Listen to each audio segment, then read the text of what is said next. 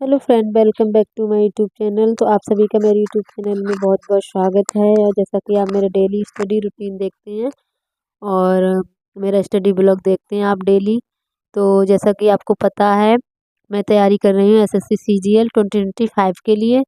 और मैं 1 ईयर से प्रिपरेशन कर रही हूँ। तो मैंने 2024 का भी एग्ज़ाम दिया था जो मेरा अभी क्लियर नहीं हुआ था।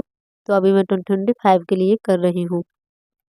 तो आज मैं आपको बताऊंगी math strategy for SSC CGL 2025 हम किस तरह से तैयारी कर सकते हैं। तो सबसे पहले आपको क्या करना है, बेसिक कंप्लीट करना है।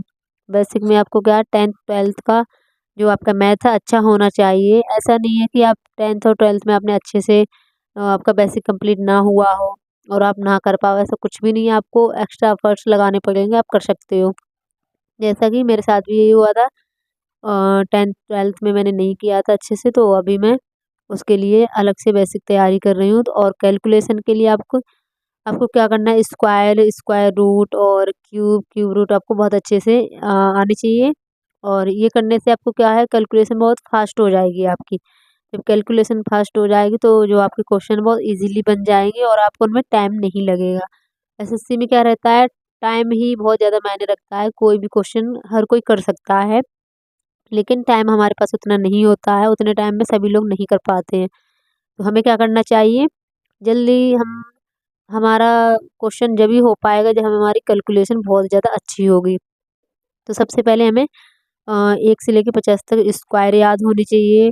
और 1 से लेके 30 तक मतलब 30 तक हमें क्यूब याद होनी चाहिए। वो भी हमें ऑन फिंगर टिप्स होनी चाहिए। अगर हमसे नींद में भी कोई पूछ ले कि इसका स्क्वायर कितना हुआ, तो आप बस इजीली बता दो।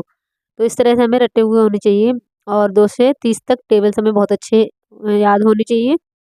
तो तभी हमारी कैलकुलेशन बहुत अच्छी होगी। उसके बाद क्या करना चाहिए आपको, ये तो आपका रहा बेसिक बेसिक करना चाहिए। उसके बाद है मैथ का सिलेबस। आपको मैथ का सिलेबस जल्द से जल्द कंप्लीट कर लेना चाहिए। अगर आप अभी 2025 के लिए अभी से तैयारी करोगे तो 3-4 मंथ में आप उसे सिलेबस को कंप्लीट कर सकते हो इजीली। आपको हर एक चैप्टर, अगर आप 1 2 3 कुछ चैप्टर होते हैं 4-5 दिन में फिनिश हो जाते हैं, कुछ जल्दी फिनिश हो जाते हैं। तो इस तरह से आप कर लोगे। और फिर क्या करना है, क्योंकि हम जब चैप्टर करते जाते हैं तो हम पीछे का मतलब भूलते जाते हैं, ऐसा होता है। तो उसके लिए सबसे ज़्यादा ज़रूर है रिवीजन। हमें रिवीजन करना पड़ेगा और प्रैक्टिस करनी पड़ेगी। इसमें ऐसा तो है नहीं हम सिर्फ क्वेश्चन को देख लेंगे और हमारा हो जाएगा। उसके लिए हमें प्रैक्टिस करनी पड़ेगी। कॉपी पेन उठाओ और प्रैक्टिस करो, बस इसका एक ही इलाज है और कोई इलाज नहीं है। उसके बाद क्या है, आपको कितना हो गया, 4 मंथ आपको तैयारी, आपका जो सिलेबस है कंप्लीट हो जाएगा। 2 मंथ आप रिवीजन के लिए और प्रैक्टिस के लिए रखो। उसके बाद क्या है, आपको मॉक टेस्ट लगाने चाहिए और प्रैक्टिस और फिर से प्रैक्टिस करो और मॉक टेस्ट दो, बस इतना ही करो। उसके बाद जैसे कुछ बहुत इंपॉर्टेंट चैप्टर होते हैं तो सबसे पहले आपको परसेंटेज करना चाहिए। अगर आप सिलेबस कंप्लीट कर रहे हो और मैथ आपका वैसे थोड़ा कंप्लीट है तो आपको परसेंटेज सबसे पहले करनी चाहिए, क्योंकि परसेंटेज से रिलेटेड बहुत सारे क्वेश्चन आते हैं। जैसे प्रॉफिट लॉस में है, CI SI। तो जैसे सिंपल इंटरेस्ट, कंपाउंड इंटरेस्ट, इसमें बहुत ही ज़्यादा परसेंटेज से ही आता है। और नंबर सिस्टम है, एवरेज, रेशियो और ऑल चैप्टर कंप्लीट करें। जो भी ऐसे और भी चैप्टर दिए होते हैं, ये तो बहुत इंपॉर्टेंट टॉपिक है, ये तो सबको पता ही होना चाहिए। उसके अलावा भी बहुत ज़्यादा इम्पोर्टेंट होते हैं। उसके बाद हमारा जब हमें ये सब अच्छे से आता है तो हम एडवांस भी बहुत इजीली कर पाएंगे, ठीक है।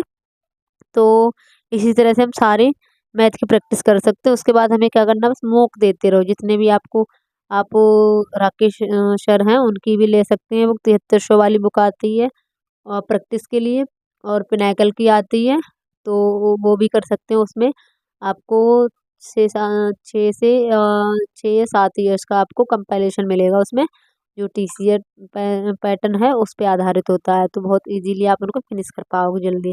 और जो किरण पब्लिकेशन है उसमें क्या होता है, बहुत बहुत सारे ईयर्स के दिए होते हैं। अगर आपके पास बहुत एक्स्ट्रा टाइम है प्रैक्टिस के लिए तो आप वो भी लगा सकते हैं।